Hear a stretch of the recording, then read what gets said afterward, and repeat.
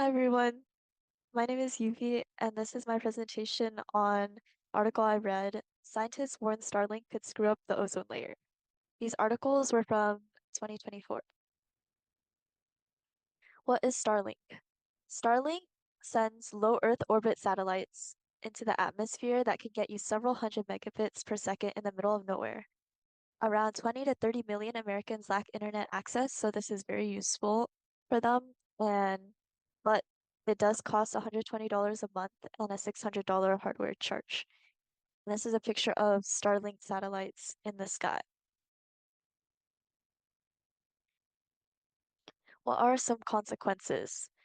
Starlink, these satellites can harm astronomical research.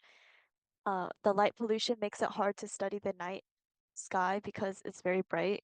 So as you can see in the picture down here and down here, it's like really bright. Aluminum oxides from the satellites also spark chemical reactions that can destroy the ozone layer, and destroying the layer allows for more UV radiation to go through. Aluminum oxides also only trigger the reactions and they aren't consumed in the reaction, so they can continue to destroy as long as they're in the atmosphere.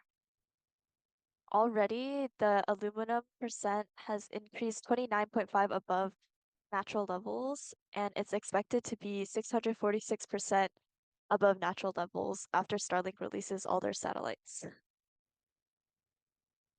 What are some benefits? Many Americans lack access to the internet, and you can use this wherever you are, and it's very high speed, so it's pretty good.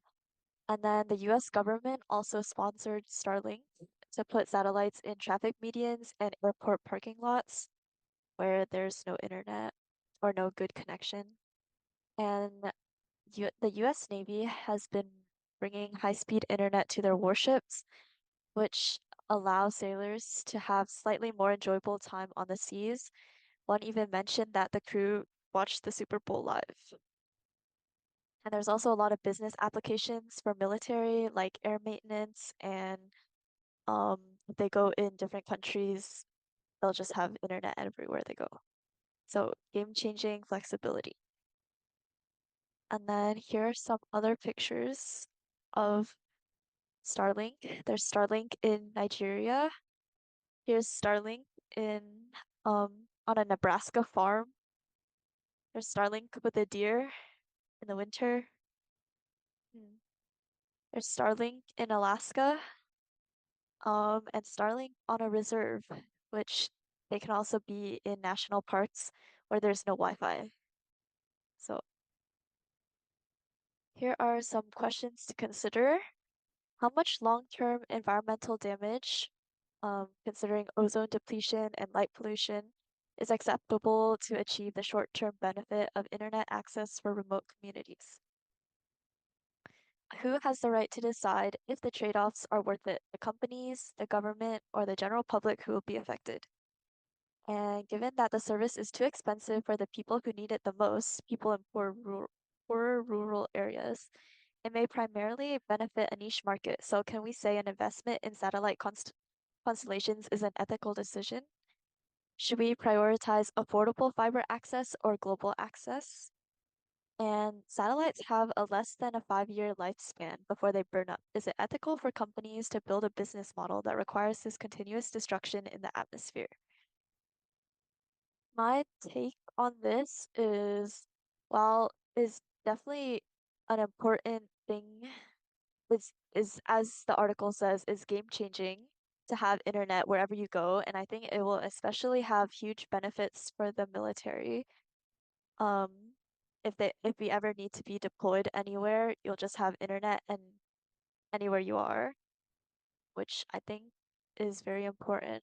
And it's also it has the potential to be very beneficial for people in rural areas. It's just currently the um the consequences of ozone depletion is too high and the cost is too high.